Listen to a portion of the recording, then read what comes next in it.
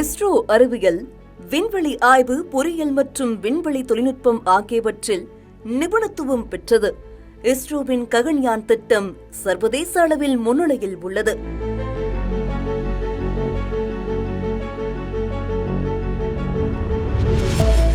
சர்வதேச விண்வெளித்துறையில் தனி முத்திரையை பதித்துள்ள இஸ்ரோவின் புதிய தலைவராக தமிழகத்தைச் சேர்ந்த வி. நாராயணன் நியமிக்கப்பட்டுள்ளார். அவர் வரும் 14ஆம் தேதி பதவியேற்க உள்ளார் என இஸ்ரோ தரப்பில் தகவல் தெரிவிக்கப்பட்டுள்ள நிலையில், அடுத்த 2 ஆண்டுகளுக்கு வி. நாராயணன் இந்த பதவியில் நீடிப்பார் என மத்திய அமைச்சரவையின் நியமனக்குழு சார்பில் தெரிவிக்கப்பட்டுள்ளது. 1984ஆம் ஆண்டு இந்திய விண்வெளி ஆராய்ச்சி நிறுவனத்தில் இணைந்த வி. நாராயணன் கடந்த 40 ஆண்டுகளாக அங்கு சேவையாற்றி வருகிறார்.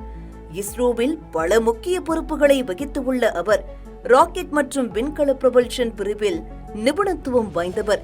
2017ஆம் ஆண்டு முதல் 2037ஆம் ஆண்டு வரை இஸ்ரோவின் புரொபல்ஷன் எவ்வாறு இருக்க வேண்டும் என்பதையும் அவர்தான் இறுதி செய்துள்ளார்.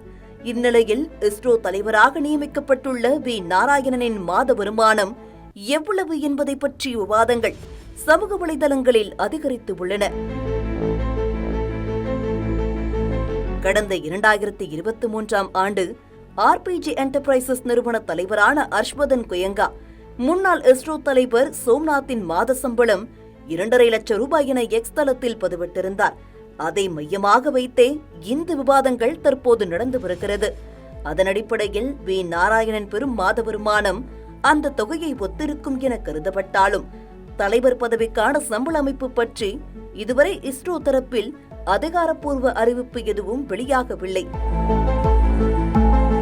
எனினும் ஊதியம் தவிர படிகள், சிறப்பு ஊக்கத்தொகை உள்ளிட்ட பல்வேறு சலுகைகள் இஸ்ரோ தலைவருக்கு வழங்கப்படும் என தெரிகிறது.